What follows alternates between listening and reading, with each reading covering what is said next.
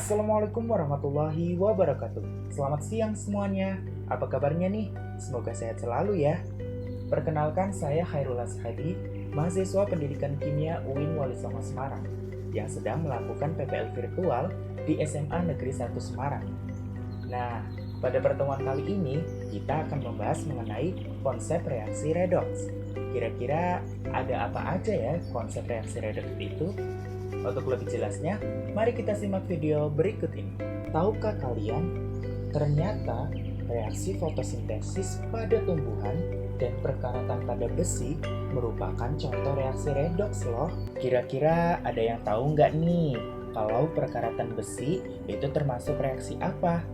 Kemudian, kalau reaksi fotosintesis itu termasuk reaksi apa? Ya, betul sekali. Kalau perkaratan besi itu termasuk reaksi oksidasi, sedangkan reaksi fotosintesis itu termasuk reaksi reduksi. Berikut ini adalah beberapa konsep reaksi redoks yang akan kita pelajari pada hari ini. Yang pertama yaitu konsep reaksi redoks oksigen. Pada konsep ini yaitu reaksi redoks berdasarkan pelepasan dan juga pengikatan oksigen. Yang kedua yaitu berdasarkan pelepasan dan pengikatan elektron.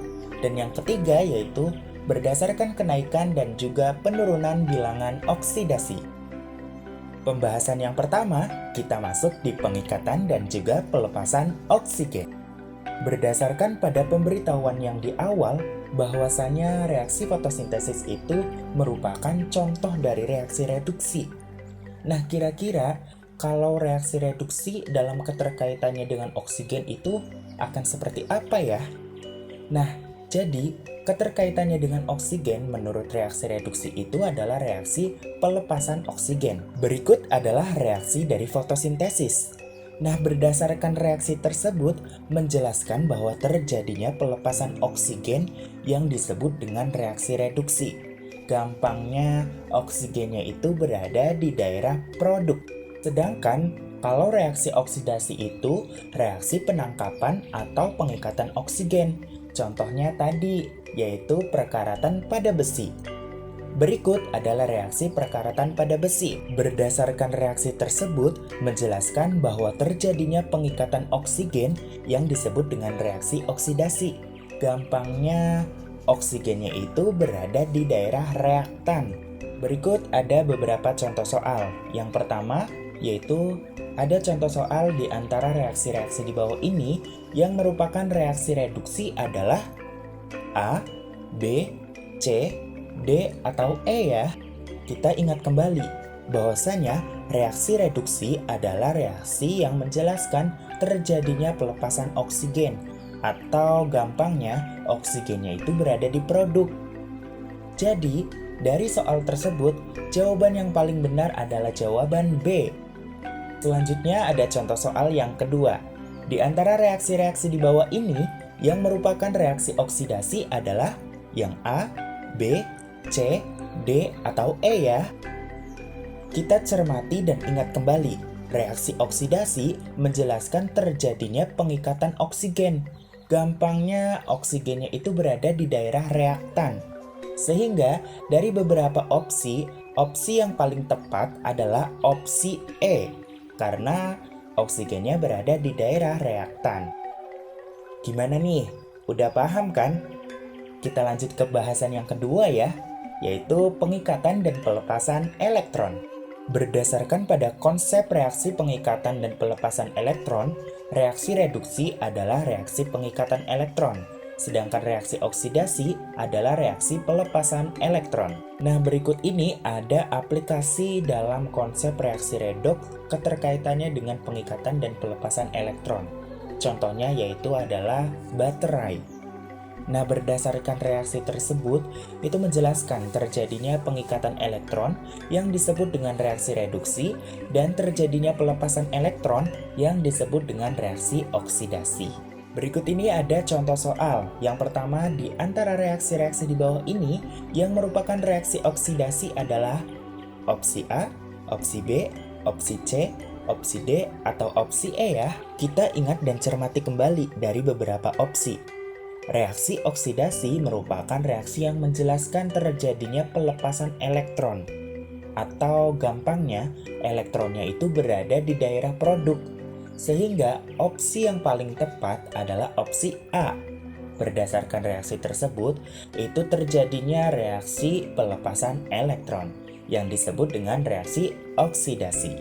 Soal yang kedua yaitu di antara reaksi-reaksi di bawah ini yang merupakan reaksi reduksi adalah opsi A, opsi B, opsi C, opsi D, atau opsi E ya. Kita cermati nih teman-teman.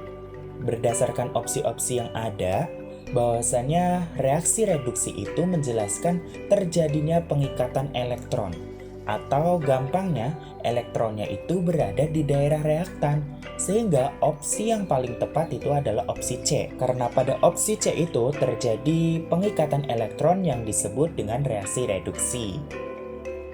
Gimana nih? Sudah paham kan?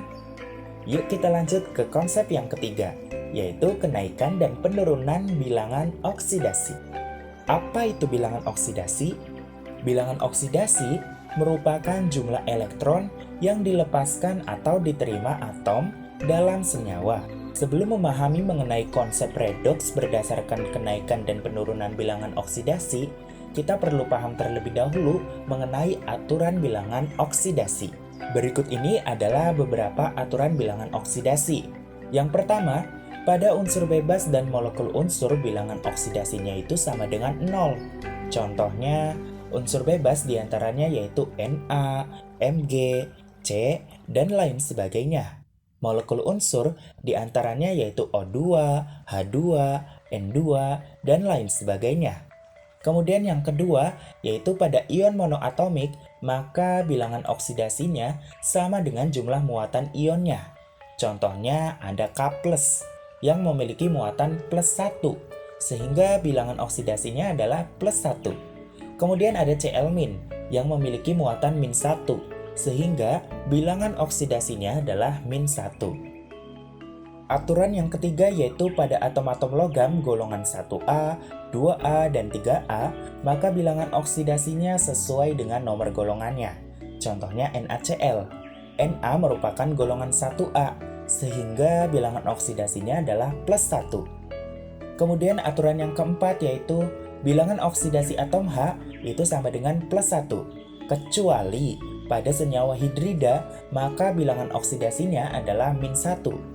Apa itu senyawa hidrida? Senyawa hidrida merupakan senyawa hidrogen yang berikatan dengan atom logam. Contohnya adalah NaH.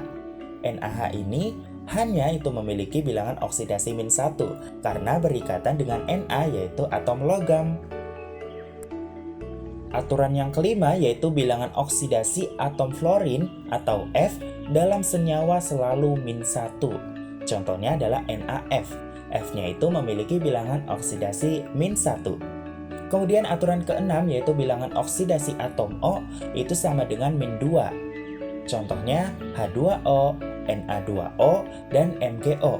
Kecuali yang pertama dalam senyawa biner fluorida OF2, maka bilangan oksidasi O itu sama dengan +2.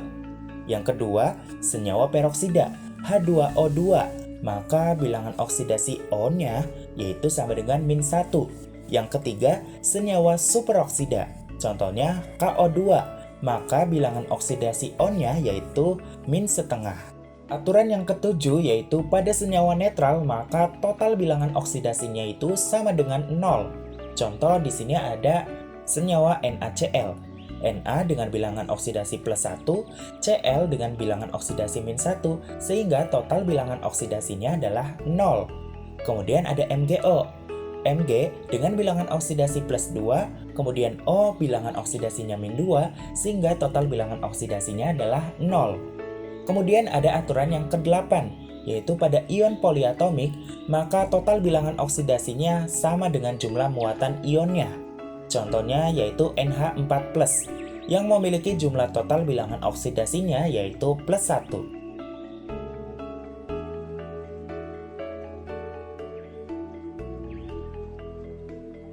Berikut ini ada beberapa contoh soal, diantaranya yang pertama, hitunglah bilangan oksidasi dari beberapa senyawa berikut ini. Yang pertama ada BaH2. Kita analisis terlebih dahulu nih. BaH2 ternyata merupakan senyawa netral, sehingga memiliki total muatan bilangan oksidasinya itu sama dengan 0. Kemudian kita analisis lagi. BaH2, Ba ternyata merupakan atom logam, sehingga H2 yang berikatan tersebut merupakan senyawa hidrida, sehingga bilangan oksidasinya adalah -1. Kemudian kita cari bilangan oksidasi dari Ba dari bilangan oksidasi yang telah diketahui. Kemudian kita hitung, dan ternyata diperoleh bahwa bilangan oksidasi dari Ba yaitu +2. Pertanyaan yang kedua yaitu hitunglah bilangan oksidasi dari senyawa berikut ini, yaitu ClF3. Dari ClF3 ini kita analisis, ternyata ClF3 merupakan senyawa netral, sehingga total muatan bilangan oksidasinya itu sama dengan 0. Dapat kita ketahui bersama, dalam senyawa ClF3 terdapat unsur F, di mana unsur F dalam senyawa memiliki bilangan oksidasi -1. Sehingga dapat kita hitung bersama untuk bilangan oksidasi Cl dari bilangan oksidasi yang telah diketahui. Dari perhitungan, diperoleh bahwa bilangan oksidasi Cl sama dengan +3. Pertanyaan yang ketiga yaitu hitunglah bilangan oksidasi dari senyawa berikut ini, yaitu H2P2O7 2-. Sekarang kita analisis. Dari senyawa H2P2O7 2- ini ternyata merupakan ion poliatomik, yang mana memiliki total bilangan oksidasi sesuai dengan jumlah muatannya. Kemudian kita cari bilangan oksidasi P dari beberapa senyawa yang telah diketahui bilangan oksidasinya. Yang pertama ada bilangan oksidasi H nih, itu mempunyai bilangan oksidasi +1. Kemudian ada bilangan oksidasi O, yaitu -2, sehingga dapat kita hitung bersama, diperoleh bahwa bilangan oksidasi P itu sama dengan +5. Nah, gimana nih? Udah paham kan apa itu bilangan oksidasi dan bagaimana cara mengaplikasikannya? Sekarang kita pahami tentang konsep reaksi reduksi dan oksidasi berdasarkan penurunan dan kenaikan bilangan oksidasi. Reaksi reduksi merupakan reaksi penurunan bilangan oksidasi. Di sini ada suatu reaksi. Ada reaksi 2MnO2 plus NH4 plus 2 elektron menghasilkan Mn2O3 plus 2NH3 plus H2O. Nah, di sini ada terjadi penurunan bilangan oksidasi dari Mn yang awalnya +4 menjadi +3. Berdasarkan reaksi tersebut menjelaskan terjadinya penurunan bilangan oksidasi yang disebut dengan reaksi reduksi. Reaksi oksidasi merupakan reaksi kenaikan bilangan oksidasi. Berikut ini ada reaksi dari Zn. Zn menghasilkan Zn2 plus 2 elektron. Zn memiliki bilangan oksidasi 0 dan Zn2 plus memiliki oksidasi +2, sehingga terjadi kenaikan bilangan oksidasi. Nah, berdasarkan reaksi tersebut, itu menjelaskan terjadinya kenaikan bilangan oksidasi yang disebut dengan reaksi oksidasi. Setelah kita memahami konsep reaksi redoks berdasarkan penurunan dan kenaikan bilangan oksidasi, lalu bagaimana sih cara menentukan oksidator, reduktor, hasil oksidasi, dan hasil reduksi? Oksidator itu apa sih? Oksidator merupakan suatu senyawa yang membuat senyawa lain teroksidasi atau mengalami reduksi. Kemudian, reduktor itu apa? Nah, kalau reduktor itu suatu senyawa yang membuat senyawa lain tereduksi atau mengalami oksidasi. Kemudian, hasil reduksi itu apa? Hasil reduksi adalah suatu senyawa hasil dari reaksi reduksi. Dan hasil oksidasi adalah suatu senyawa dari hasil reaksi oksidasi.